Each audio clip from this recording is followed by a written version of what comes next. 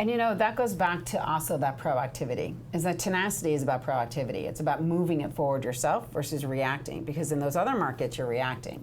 Right. You're reacting to all the people coming at you, whereas now you have to be pushing the ball forward. That's right. And you have to be the one to be aggressive in some sense without being obnoxious. Right. Just being present, letting people know that you are interested in hearing feedback. I go back to every single one of my brokers / buyers after an open house.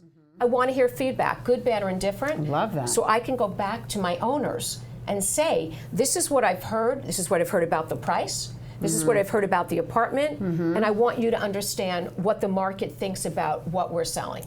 And that goes back to the honesty. Exactly. That you get the feedback, and then you're able to go to your clients and tell them what the market is telling them. Exactly. And what happens when that feedback's really negative and not what they want to hear? You know, like I say, good, bad, or indifferent, it's important to give feedback.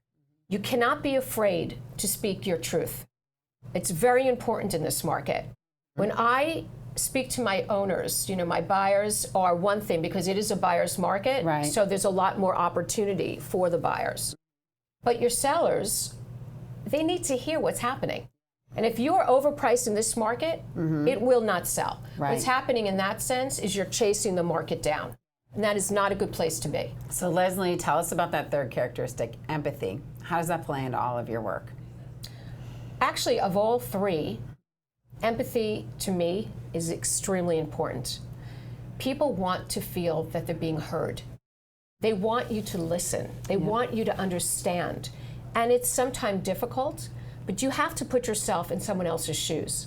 And I try to do that all the time. I put myself in the shoes of a seller that perhaps is losing money. They're not going to be happy and overjoyed. No. They're going to be upset. So I have to understand that and have some compassion. Yeah. And for buyers that now think they own the market, which it is a buyer's market, they want you to work for them. They want you to get it done at the best price possible. Right. I'll tell you something very funny. I just put an offer in on a deal.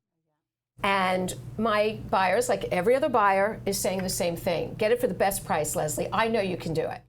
So he came up with, which I thought was funny, he said, hashtag Leslie gets it done. And I did. That's great. I actually got it for the exact number that he wanted to pay. That's fantastic. So last night, by the way, at 11:45 p.m., I called him back because that's what I do, crazy or not. And I told them the good news. They said, congratulations, we got the deal. They work and they have children, so they can never speak till after about 10 o'clock at night. And he went, hashtag Leslie gets it done. Aww. So it's a great feeling. Yeah, it's a great fantastic. feeling.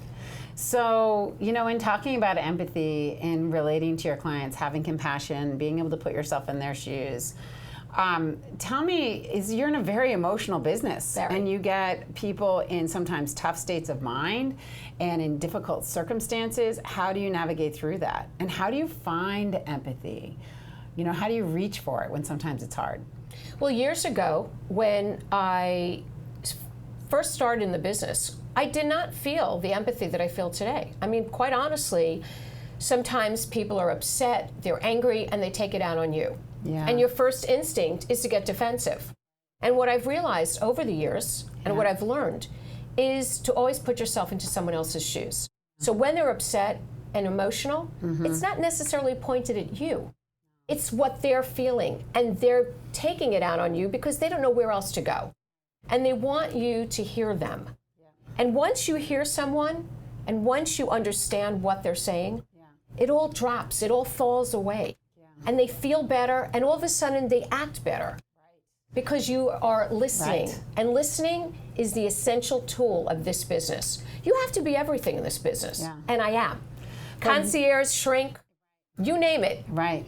People want a sounding board, and when they are asking you questions, they want you to have the empathy, but they want you to also have the honesty.